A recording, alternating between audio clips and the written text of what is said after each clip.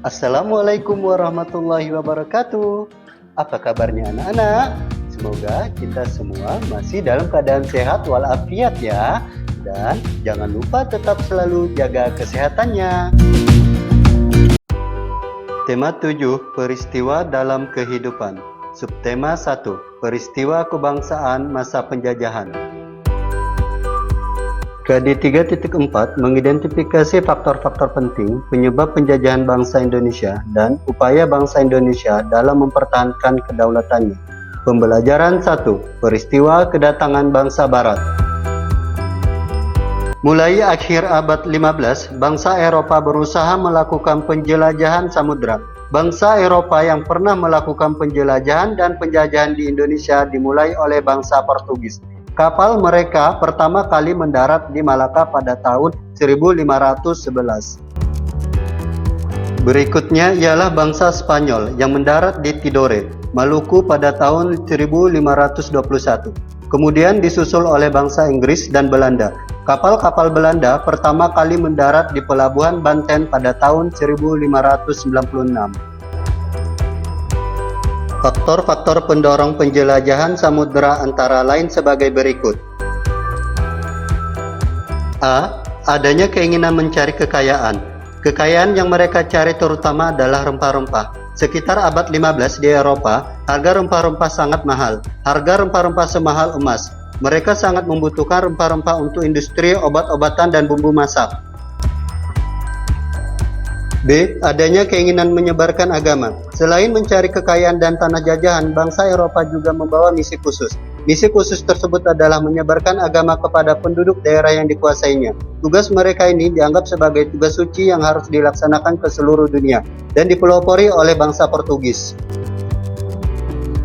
C. Adanya keinginan mencari kejayaan. Di Eropa, ada suatu anggapan bahwa apabila suatu negara mempunyai banyak tanah jajahan, negara tersebut termasuk negara yang jaya. Dengan adanya anggapan ini, negara-negara Eropa berlomba-lomba untuk mencari tanah jajahan sebanyak-banyaknya. D. Perkembangan ilmu pengetahuan dan teknologi. Ilmu pengetahuan dan teknologi berkembang pesat, contohnya seperti berikut. 1. Dikembangkannya teknik pembuatan kapal yang dapat digunakan untuk mengarungi samudera luas. 2. Ditemukannya mesiu untuk persenjataan. Senjata dapat digunakan untuk melindungi pelayaran dari ancaman bajak laut dan sebagainya. 3. Ditemukannya kompas. Kompas digunakan sebagai penunjuk arah sehingga para penjelajah tidak lagi bergantung pada kebiasaan alam. Untuk menentukan arah, biasanya mereka berpedoman pada bintang sehingga jika angkasa tertutup awan, mereka tidak dapat meneruskan pelayaran. Dengan kompas, mereka bebas berlayar ke arah manapun tanpa gangguan, baik siang maupun malam. Berdasarkan bacaan di atas, isilah kolom-kolom berikut sesuai dengan pertanyaannya. 1. Siapa yang dimaksud dengan bangsa Barat? 2. Apa faktor yang melatar belakangi bangsa Barat melakukan penjajahan di Indonesia? 3. Kapan bangsa Barat mulai melakukan penjelajahan samudera? 4. Di mana bangsa Barat pertama kali mendarat di Indonesia? 5.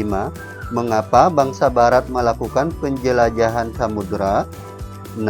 Bagaimana kondisi rakyat yang mengalami penjajahan?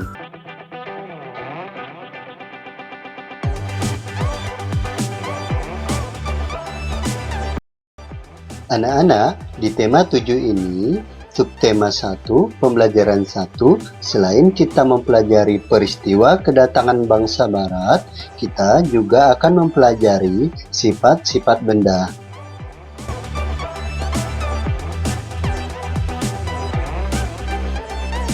KD 3.7 menganalisis pengaruh kalor terhadap perubahan suhu dan wujud benda dalam kehidupan sehari-hari.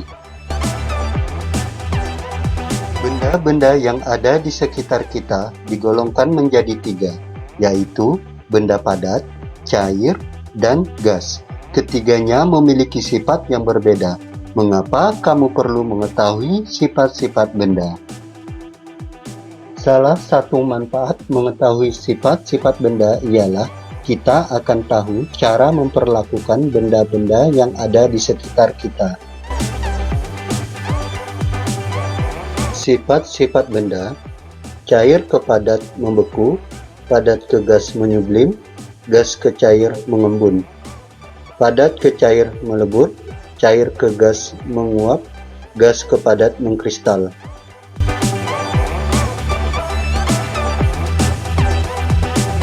Salah satu wujud benda adalah padat. Kamu pasti memiliki banyak benda di sekitarmu yang berwujud padat. Kamu dapat memegangnya, dapat memindahkannya tanpa mengubah bentuk aslinya. Benda padat yang ada di sekitarmu dapat diubah dengan beberapa perlakuan seperti diberi panas, diberi tekanan tinggi, atau diberi perlakuan fisik seperti menggunting, menekan, melipat, atau menyobek. Wujud berikutnya adalah cair. Benda-benda cair dapat ditemui dengan mudah di sekitarmu. Air merupakan zat penting dalam kehidupan makhluk hidup yang berwujud cair. Benda cair yang ada di rumahmu biasanya berada dalam sebuah wadah seperti bak kamar mandi, baskom, gelas, atau ketel air. Perhatikanlah bahwa ketika benda cair itu dipindahkan, dia akan berubah mengikuti wadahnya. Jika wadahnya berlubang, benda cair itu akan segera mengalir keluar dari wadahnya. Jika kamu melihat sungai atau air terjun, air yang ada di dalam badan sungai akan mengalir dari tempat yang lebih tinggi ke tempat yang lebih rendah. Benda cair juga dapat merambat melalui serat-serat halus dari bahan seperti bahan kain. Benda cair mengisi rongga kecil atau pori-pori bahan tersebut. Wujud benda yang lain adalah gas. Manusia dapat memasukkan dan mengeluarkan gas dari dalam tubuhnya pada saat bernapas. Manusia menghirup gas oksigen dan mengeluarkan gas karbon dioksida dengan cara meniup. Kamu dapat membuat sebuah balon mengembang. Dengan meniup, kamu juga dapat menggerakkan selembar kertas di tanganmu. Kamu dapat mencium bau napasmu sendiri. Kamu pun dapat mencium bau-bau lainnya yang berupa gas. Dengan memahami sifat gas, manusia menciptakan parfum atau minyak wangi untuk menyebarkan bau dari gas yang dikeluarkan dari wadah parfum tersebut. Apakah kamu dapat melihat wujud gas dengan mata telanjang? Dapatkah kamu mengubah bentuknya?